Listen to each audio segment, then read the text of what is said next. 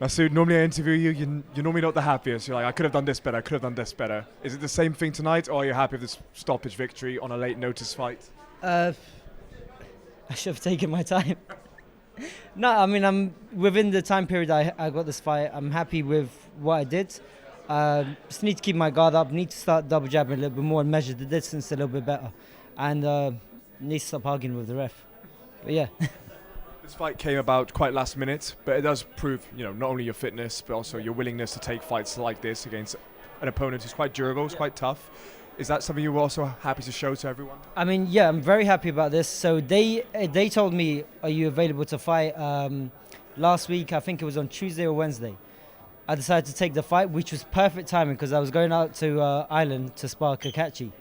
And mate, did that get me sharpened up? That made me wake up and, because before that I wasn't really sparring much, but that really got me up the gears and everything. And I'm happy to be invited to Cacace's camp, train with him and try and keep up with him and do everything the same way he does.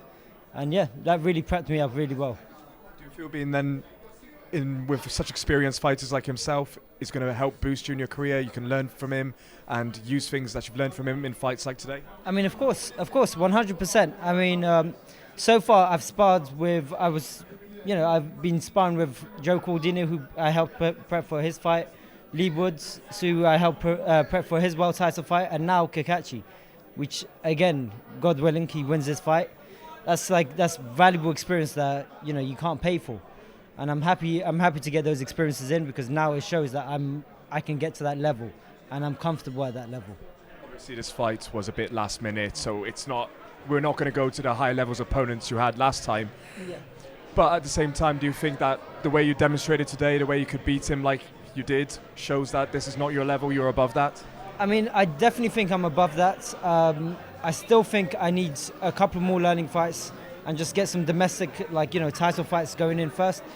But yeah, it's hard for me to assess that because I'm not really satisfied with it. And at the same time, I need to watch it back. It felt like it just went like that. And I was just, going through the gears and trying to go up a gear. So very hard for me to make a rash assessment on it. Do you feel like the stoppage was deserved? It was coming anyhow? The stoppage was coming.